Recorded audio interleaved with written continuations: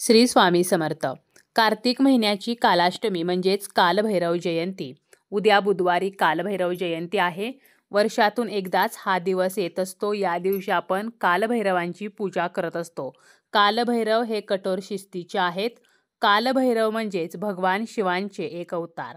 भगवान शिवांच्या कालभैरव रूपाची उत्पत्ती कालभैरव जयंतीच्या दिवशी झाली होती. म्हणून या दिवशी आपण कालभैरवांची जयंती साजरी करत असतो. कालभैरवांच्या पूजेने जीवनातील नकारात्मकता दूर होते, नजरदोष नष्ट होतात, वाईट शक्ती आपल्या जवळ येत नाहीत. ग्रहदोष, पीडा, आजार, शत्रुपीडा इत्यादी संकटांपासून कालभैरव आपले रक्षण करत असतात. कालभैरव जयंतीचा दिवस हा तंत्रमंत्राची उपासना करणाऱ्यांसाठी अत्यंत खास असतो. कालभैरव म्हणजे शंकरांचाच एक अवतार आणि त्यांची उपासना केल्याने आपल्या जीवनातील बऱ्याचशा इडापिडा ज्या आहेत तर त्या नष्ट होत असतात. अर्थ, धर्म, काम, मोक्ष या संबंधी कोणतीही समस्या असेल तर या समस्याचे निवारण हे कालभैरव करत असतात. कालभैरव हे भौतिक सुखाचे दैवत आहेत. कालभैरवांची भक्ती केल्यामुळे आपल्याला भौतिक सुख मिळत असते. अशा या कालभैरव जयंतीच्या दिवशी आपण आपल्या मुलांच्या कपाळावरती आवर्जून एक वस्तू लावायची आहे. त्याचप्रमाणे या दिवशी 11 लिंबांचा अत्यंत प्रभावी उपाय जो वर्षातून फक्त एकदा कालभैरव जयंतीला करता येतो, तर हा उपाय सुद्धा आपल्याला करायचा आहे. हा उपाय कसा करायचा आहे याचीच माहिती आपण आजच्या या व्हिडिओमध्ये पाहणार आहोत. व्हिडिओला सुरुवात करण्याअगोदर तुम्ही जर चॅनलवरती नवीन असाल आणि पहिल्यांदाच माझे व्हिडिओ पाहत असाल तर चॅनलला सबस्क्राईब करा. व्हिडिओ माहितीपूर्ण वाटला तर व्हिडिओला लाईक करा. कालभैरव हे भगवान शंकरांचे 5वा अवतार मानले जातात. क्रोधभैरव, चंडभैरव, प्रचंड भैरव, उन्नत भैरव, असमारक भैरव ही त्यांचीच रूपे आहेत. त्यांचे रूप हे जरी उग्र असले तरी सुद्धा खऱ्या आणि प्रामाणिक व्यक्तीच्या हाकेला कालभैरव धावून जातात. ते श्यामवर्णी असून त्यांना 4 हात आहेत. त्रिशूल, खडक, खापर आणि 4थ्या हातामध्ये ब्रह्मदेवाचे 5वे मस्तक त्यांनी धारण केले आहे. त्यांचे वाहन कुत्रा आहे. वेशभूषा ही शंकरांसारखीच आहे. संपूर्ण अंगावर चिताभस्म लावलेले, कमरेभोवती व्याघ्रचरण म्हणजे वाघाचं कात्र आणि गळ्यात रुंडमाला हे प्रथम दर्शनी कोणाच्याही मनात भीती उत्पन्न करणारे जरी रूप असले तरी सुद्धा जो व्यक्ती प्रामाणिक आहे, जो व्यक्ती मनोभावे पूर्ण श्रद्धेने निष्ठेने कालभैरवांची कालभैरव जयंतीच्या दिवशी पूजा करतो, उपासना करतो, त्या व्यक्तीच्या मनोकामना कालभैरवांच्या कृपेमुळे निश्चितपणे पूर्ण होत असतात. कालभैरव हे न्याय करणारे दैवत आहेत. इच्छापूर्तीसाठी कालभैरवांची सेवा ही अतिशय प्रभावी असते. आपल्या आयुष्यामध्ये खूप प्रॉब्लेम असतात.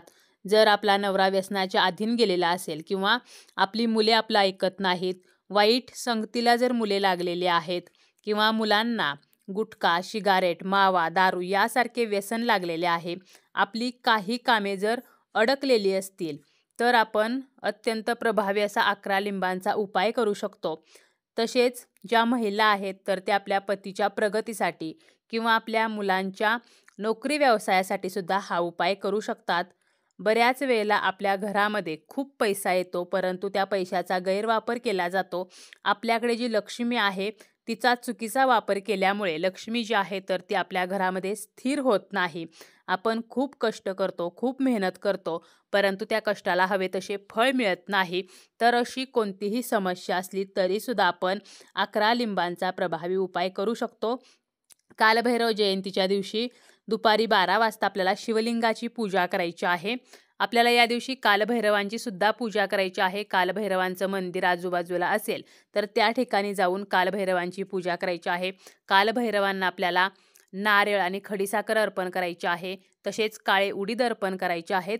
तसेच आपण त्यांना नैवेद्य म्हणून जिलेबी, बाजरीची भाकरी, त्यावरती लिंबाची फोड तर असा जो नैवेद्य आहे जो या दिवसाचा खास नैवेद्य मानला जातो तर हा नैवेद्य सुद्धा आपल्याला कालभैरवांना आवर्जून अर्पण करायचा आहे. त्याचप्रमाणे वांग्याचे भरीत, कांद्याची पात किंवा कांदा तर हे सुद्धा नैवेद्यामध्ये ठेवले जाते. तर असा मंदिरामध्ये जाऊन आपण नैवेद्य अर्पण करू शकतो, कालभैरवांची पूजा करू शकतो. आणि कालभैरव हे शिवांचेच अवतार आहेत त्यामुळे आपल्याला शिवलिंगाची सुद्धा पूजा करायची आहे. ओम कालभैरवाय नमः. तर हा मंत्र म्हणत आपल्याला शिवपिंडीला अभिषेक करायचा आहे, भस्म लावायचा आहे, पांढरी फुले अर्पण करायची आहेत आणि अवश्य बेलपत्र सुद्धा अर्पण करायचं आहे. बेलपत्र अर्पण करताना आपण 11, 21, 51, 160 तर अशी बेलाची पाने अर्पण करायची आहेत. दुसऱ्या दिवशी आपल्याला यातील एक बेलपत्र तिजोरीमध्ये ठेवायचं आहे, ज्यामुळे आर्थिक समस्या नष्ट होतील. एक बेलपत्र पतीजवळ, एक आपण स्वतःजवळ आणि एक मुलाजवळ ठेवायचं आहे. उरलेली बेलाची पाने जी आहेत तर ती विसर्जित करायची आहेत. घरामध्ये जर आपल्या कलह, भांडण, वादविवाद या गोष्टी होत असतील किंवा पती-पत्नीमध्ये मतभेद आहेत, पती-पत्नीचे पटत नाही, घरामध्ये वास्तुदोष आहे, शनिदोष, ग्रहदोष, पितृदोष किंवा आपल्याला आपल्या जीवनामध्ये काहीही करावेसे वाटत नसेल, तर अशी कोणतीही समस्या असेल तर आपल्याला 11 लिंब घ्यायची आहेत. लिंब जी आहेत तर ती व्यवस्थित असावीत, इतर गोष्टींसाठी किंवा इतर उपायांसाठी वापरलेली नसावीत. लिंबांवरती डाग नसावेत, लिंबेही खराब झालेली नसावीत. तर व्यवस्थित असलेली 11 लिंबे घ्यायची आहेत. यासोबत काळे उडीद आणि 2 अगरबत्ती आपल्याला घ्यायच्या आहेत. आणि कालभैरव जयंतीच्या दिवशी आपल्याला सकाळी काय करायचं आहे, एक लिंबू हातामध्ये घ्यायचं, आपली जी समस्या आहे तर ती सांगायची आणि एक वेळेला कालभैरवाष्टक म्हणायचं आहे आणि ते लिंबू आपल्याला देवासमोर एका तामणामध्ये ठेवायचं आहे.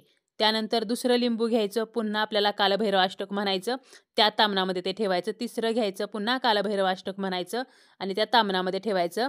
असं आपल्याला 11 लिंबे घेऊन 11 वेळेला कालभैरवाष्टक म्हणून त्या तामणामध्ये 11 लिंबे ठेवायचे आहेत. आणि सकाळी हे आपल्याला करायचं आहे आणि संध्याकाळच्या वेळेला काय करायचं आहे, तर या 11 लिंबांची माळ तयार करायची आहे आणि कालभैरवांच्या मंदिरामध्ये आपल्याला ती माळ घेऊन जायचं आहे. त्या ठिकाणी गेल्यानंतर कालभैरवांना ही 11 लिंबांची माळ अर्पण करायची आहे. त्यासोबत काळे उडीद आणि नैवेद्य म्हणून जिलेबी आणि एक नारळ आणि खडीसाखर सुद्धा अर्पण करायची आहे. तसेच आपल्या मुलांची प्रगती व्हावी, मुले जर अभ्यासामध्ये हुशार नसतील किंवा मोबाईलच्या जास्त आहारी गेलेले असतील, सतत मोबाईल वापरत असतील, त्यांची प्रगती होत नाही किंवा त्यांना नोकरीमध्ये यश मिळत नाही, एखाद्या परीक्षेमध्ये यश मिळत नाही, तर अशा मुलांच्या ज्या समस्या आहेत तर त्यासाठी आपल्याला या कालभैरव जयंतीच्या संध्याकाळच्या वेळेला मंदिरामध्ये जायचं आहे. मंदिरामध्ये जाणे शक्य नसेल तर आपण घरीसुद्धा हा उपाय करू शकतो. मंदिरामध्ये गेल्यानंतर आपल्याला एक चौमुखी कणकेचा दिवा जो आहे तर तो लावायचा आहे. हा दिवा आपल्याला घरूनच बनवून न्यायचा आहे किंवा आपण देवघरामध्ये सुद्धा चौमुखी कणकेचा दिवा जो आहे तर तो लावू शकतो. यामध्ये आपल्याला मोहरीचं तेल घालायचं आहे आणि हा दिवा प्रज्वलित करायचा आहे. 11 वेळेला कालभैरवाष्टक म्हणायचं आहे. याचबरोबर आपल्याला एक अगरबत्ती सुद्धा लावायची आहे. मोहरीचं तेल हे दुर्भाग्याला सौभाग्यामध्ये बदलते, त्यामुळे मोहरीच्याच तेलाचा वापर करायचा आहे. आणि यानंतर अगरबत्तीची जी रक्षा असते, म्हणजे अगरबत्तीचा जो अंगारा असतो तर तो आणि दिव्यामध्ये जे मोहरीचं तेल आहे तर ते मिक्स करून आपल्या मुलाच्या कपाळावरती आपल्याला त्याचा टिळा लावायचा आहे आणि दररोज आपल्याला 21 दिवस हा उपाय करायचा आहे. पहिल्या दिवशी आपण मंदिरामध्ये जाऊ शकतो आणि नाही गेलो घरीच जरी उपाय केला तरी चालेल आणि उरलेले जे दिवस आहेत तर ते आपल्याला देवघराच्या समोरच दिवा लावून हा उपाय करायचा आहे. यामुळे आपल्या मुलांच्या जीवनामध्ये ज्या काही अडचणी आहेत तर त्या नष्ट होतात आणि आपण जी अगरबत्ती लावलेली आहे तर त्याची जी रक्षा आहे तर ती आपल्याला घरामध्ये सुद्धा कोपऱ्यांमध्ये टाकायची आहे आणि उरलेली रक्षा एका डबीमध्ये भरून ठेवायची. जेव्हा कधी आपल्याला खूप आळस येतो, काहीही करावेसे वाटत नाही, अगदी हरल्यासारखे वाटते, तर अशा वेळेला ही रक्षा जी आहे तर ती आपल्या कपाळावरती लावायची आहे किंवा घरातील कोणत्याही सदस्याच्या कपाळावरती आपण लावू शकतो.